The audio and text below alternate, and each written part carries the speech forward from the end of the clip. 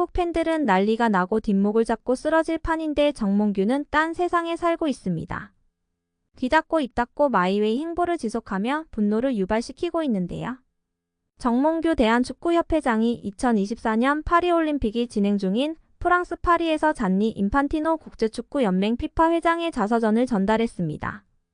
피파는 인판티노 회장이 정몽규 대한축구협회 회장과 파리에서 만났다며 면담 사진을 공개했습니다. 사진에는 정 회장이 피파 파리 사무소에서 인판티노 회장의 자신의 자서전 축구의 시대 정몽규 축구 30년을 선물하는 모습이 담겼습니다. 자서전은 지난달 26일 발간됐습니다. 정 회장은 자서전에서 어느 종목도 국가대표팀 성적이 나쁘다고 회장 퇴진을 요구하지 않는다며 이럴 때마다 축구협회장이나 국가대표팀 감독은 국민욕 바지가 아닌가 하는 생각이 든다고 했습니다.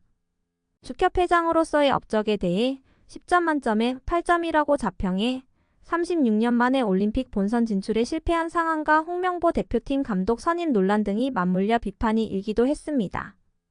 피파는 정 회장이 발언하는 영상도 공유했는데요. 정 회장은 영상에서 전통적으로 30, 40, 50년간 축구는 남자의 스포츠였지만 지금은 수많은 여성 팬이 있다. 그게 한국에서의 새로운 현상이라며 지금 시점에서 참 흥미로운 현상이라 생각한다고 말했습니다. 정몽규 대한축구협회장이 자신의 자서전에서 지난 업적에 대해 10점 만점에 8점이라고 자평하며 충격에 빠지고 있는 축구계입니다. 정 회장은 지난 26일 발간된 자서전 축구의 시대 정몽규 축구 30년에서 12년 동안 대한축구협회장으로 일하면서 여러 가지 논란에 휩싸였다. 잘못된 판단에 대한 질책도 있었고 오해에서 비롯된 공격도 있었다며 때로는 아프게 반성한 적도 있었고 간혹은 악의에 찬 왜곡에 서운한 적도 있었다고 밝혔습니다.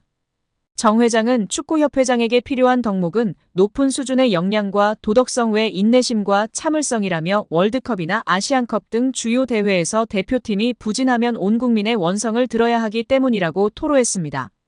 그는 어느 종목도 국가대표팀 성적이 나쁘다고 회장 퇴진을 요구하지는 않는다며 이럴 때마다 축구협회장이나 국가대표팀 감독은 국민욕 바지가 아닌가 하는 생각이 든다고 호소했습니다. 정 회장은 지난해 3월 축협이 승부조작 축구인에 대한 사면을 발표했다가 사흘 만에 번복한 사면 파동에 대해서도 설명했습니다. 정 회장은 카타르 월드컵에서 16강 진출에 성공한 뒤 한국 축구를 위해서 새로운 전기를 만들고 싶었다며 과거의 잘못으로 징계받았던 축구인들 가운데 충분히 벌을 받은 이들에게 한국 축구의 미래를 위해 동참하고 봉사할 기회를 주면 좋겠다는 의견들이 있었다고 말했습니다. 이어 협회의 사면 결정에 대해서 팬들과 언론이 강하게 반대했다. 반대의 강도는 상상하기 힘들 정도로 셌다며 용서하지 못하는 자는 사랑도 못한다고 지적했습니다. 그러면서 요즘은 아이돌도 학창시절의 학원폭력 논란으로 퇴출되는 세상이다며 나는 승부조작 사태를 직접 겪었기에 이때의 구체적 정황을 자세히 알고 있는 사람 가운데 한 명이라고 할 수 있다. 외부에 알려지지 않았던 내막도 알 만큼 알고 있다.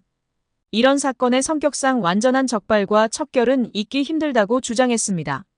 정 회장은 승부조작을 한 선수들을 축구계에서 단절시키는 것만으로 어른들의 책임을 다했다고 하는 것은 위선적 측면이 있었다며 결과적으로 사면심사위원회의 판단과 일반 팬들의 눈높이에 큰 차이가 있었다. 사면을 고민했던 진위를 제대로 전달하지 못한 아쉬움이 있다고 했습니다. 정 회장은 또 누군가 내 임기 도중 이뤄냈던 업적에 대해 점수를 매겨보라고 한다면 10점 만점에 8점 정도는 된다고 대답하고 싶다며 나는 점수에 상당히 박한 편이라 내가 8점이라고 하면 상당히 높은 점수라고 평가했습니다. 이 소식이 전해지자 축구팬들은 뒷목을 잡고 쓰러지기 일보 직전인 상황입니다. 클린스만도 혼자 딴 세상에서 저도 웃고 이상한 소리만 하더니 역시 클린스만을 낙하산으로 뽑은 정몽규 아니랄까봐 혼자만의 세상에서 말도 안 되는 자평을 하고 있습니다. 특히 객관적인 절차를 무시하고 적절히 대표팀 감독을 선임하지 않은 것에 대한 문제인식이 전혀 없어 더욱 우라통이 터지고 있습니다. 문체부 감사와 국민청원의 심판을 받아야 하며 사과할 것이 아니라 진정한 사과는 사퇴입니다. 홍명보의 능력도 문제지만 장점이라고 평가받던 소통 문제, 리더십 문제도 결코 장점이 될 수 없다고 폭로한 국내 지도자가 있어 화제가 되고 있습니다. 축구 팬들이나 전문가들뿐 아니라 선수들조차도 홍명보 감독 선임에 대해 불만이 높을 것입니다. 박주호 위원이 이야기했던 것처럼 선수들은 훈련 세션 한두 번만 해도 그 감독의 수준을 파악할 수 있다고 합니다. 무리뉴, 엘리케 등 수준 높은 감독 밑에서 훈련받았던 해외파 선수들이 국내 감독의 훈련 세션으로 성에 차지 않을 것이 분명합니다. 선수들이 이전에 벤투사단을 높이 평가했던 이유도 강한 신념의 철학과 훈련 세션 등에서 인정을 했다고 하지요. 전술과 기술적 능력도 떨어지는 홍명보 감독에게 30억 원 가까이 연봉을 지급하는 멍청한 협회에게 열불이 나서 쓰러지기 일보 직전입니다. 최근 유로 우승 스페인 감독 연봉이 세후 9억 원이라고 합니다. 스페인 감독이 9억 원이면 물론 낮은 편에 속하지만 이런 사례처럼 훌륭하고 얼마든지 좋은 감독을 데려올 수 있기 때문에 유로 끝나고 코파 끝나고 더 알아볼 수 있었는데 그냥 의지가 없었던 것입니다. 홍명보의 능력도 문제지만 장점이라고 평가받던 소통 문제, 리더십 문제도 결코 장점이 될 수 없다고 폭로한 국내 지도자가 있어 화제가 되고 있습니다. 위르겐 클린스만 전 감독이 경질된 후 임시 사령탑 체제로 돌아가던 시기에 축구대표팀 스태프로 합류한 한 지도자 A씨는 유럽파가 감독에게 가장 원하는 요소로 소통을 꼽았습니다. A씨는 나도 국내 지도자로 선수들이 해외 감독을 원하는 분위기에 반감이 컸다면서 하지만 내부에 들어가 직접 부딪혀보니 이유가 있더라. 마냥 편하고 싶어서 외국인을 원하는 게 아니었다고 소회를 밝혔습니다. 그러면서 그 친구들 나름대로 합리적인 요구를 하면서 감독이 들어주는 소통 구조를 원하더라. 내용을 들어보면 결코 비합리적이거나 무리한 요구가 아니다. 충분히 할 만한 얘기를 하더라. 아무래도 선수들은 국내 감독의 경우 그런 식의 소통이 어렵다고 생각하는 게 아닌가 싶다고 말했습니다.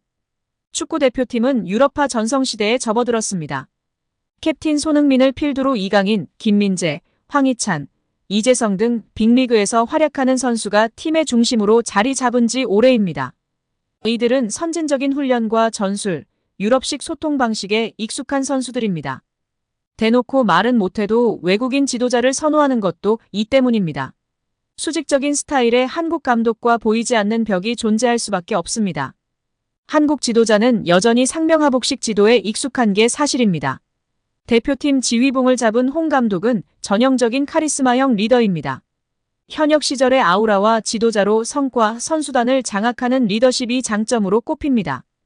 홍 감독의 이게 팀이야 한마디에 선수들이 긴장하고 집중력을 끌어올리는 장면이 그의 스타일을 대변합니다. 이제는 시대가 달라졌습니다. 마냥 카리스마로 선수를 휘어잡는 시대가 아닙니다. 유럽파가 다수인 대표팀에서는 더 그렇습니다. 아무리 홍 감독이라 해도 밀어붙이는 리더십으로는 팀 분위기를 장악하기 어렵다는 게 대표팀 내부를 잘 아는 관계자의 일관한 견해입니다. 말도 안 되는 하지도 못하는 해명하지 마시고 속히 사퇴하시기 바랍니다.